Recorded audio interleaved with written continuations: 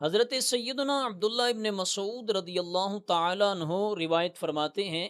کہ اگر تم میں سے کوئی شخص یہ چاہتا ہے کہ وہ کل کو جب اللہ تبارک و تعالیٰ کی بارگاہ میں حاضر ہو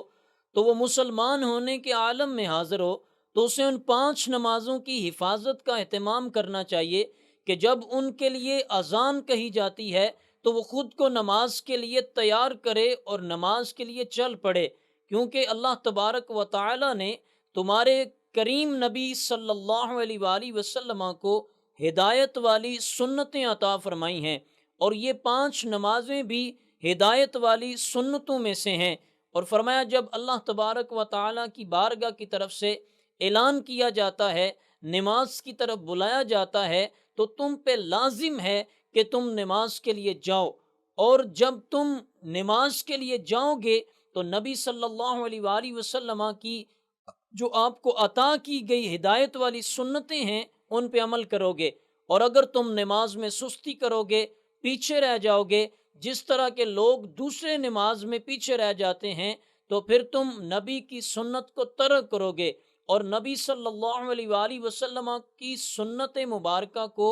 ترک کرنے کی وجہ سے تم گمراہ ہو جاؤ گے۔ فرمایا تم میں سے جو بھی اذان کی آواز سنے پھر وضو کرے، اور وضو کے لیے اچھی طرح سے وضو کو کرے، پھر مسجد کی طرف قدم اٹھائے، تو اس کا ہر قدم جو مسجد کی طرف اٹھتا ہے اللہ اس کے ہر قدم کے بدلے ایک نیکی عطا فرماتا ہے، ہر اٹھنے والے قدم کے بدلے ایک درجہ بلند فرماتا ہے، اور ہر اٹھنے والے قدم کے بدلے اس کا ایک گناہ معاف فرماتا ہے۔ حضرت عبداللہ ابن مسعود رضی اللہ تعالیٰ عنہ ارشاد فرماتے ہیں ہم اپنے بارے میں یہ خیال کرتے تھے، یا انہوں نے فرمایا کہ میں اپنے بارے میں یہ خیال کرتا تھا کہ نماز با جماعت میں پیچھے وہی رہ جاتا ہے جو کہ منافق ہے، جو کہ گمراہ ہونے والا ہے، یا وہ پیچھے رہ جاتا تھا جو کہ بیمار ہوتا تھا۔ فرمایا ہمارے دور میں ایسا بھی وقت آیا کہ ایک شخص اس قدر بیمار ہونے کے باوجود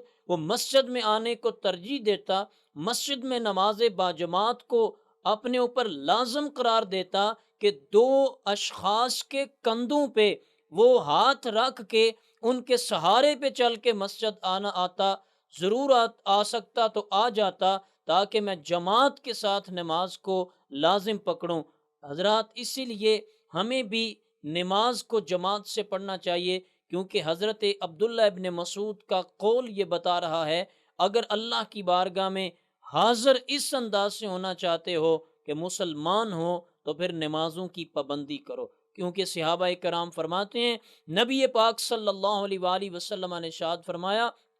کافر اور مومن کے درمیان، مسلمان اور مشرک کے درمیان فرق جو ہے وہ نماز کا ہے۔ جس نے نماز ادا کی اس نے اللہ کے اوپر ایمان رکھا، اور جس نے نماز کو ترک کر دیا، نبی صلی اللہ علیہ وسلم کی اداؤں کو چھوڑ دیا، گویا اس نے اللہ کی ذات کا انکار کیا، اور اللہ کی ذات کا انکار کرنے والا کبھی بھی خیر کے راستے پہ نہیں ہو سکتا، کبھی بھی کامیابی کے راستے پہ نہیں ہو سکتا، کبھی بھی اللہ کی رضا والے راستے پہ نہیں ہو سکتا۔ تو آئیے اللہ کی بارگاہ میں جھک جائیے، مالک کو راضی کیجئے، اپنی نمازوں کی پابندی کا اہتمام کیجئے۔ اگر آپ اس دنیا میں اور اس دنیا میں کامیابی کا صحرا اپنے سر پہ سجانے کے خواہش مند ہیں تو پھر رب کی بارگاہ میں دن میں 5 مرتبہ جھکنا ہوگا۔ جو جھک جاتا ہے میرا مالک اسے عزت عطا فرماتا ہے،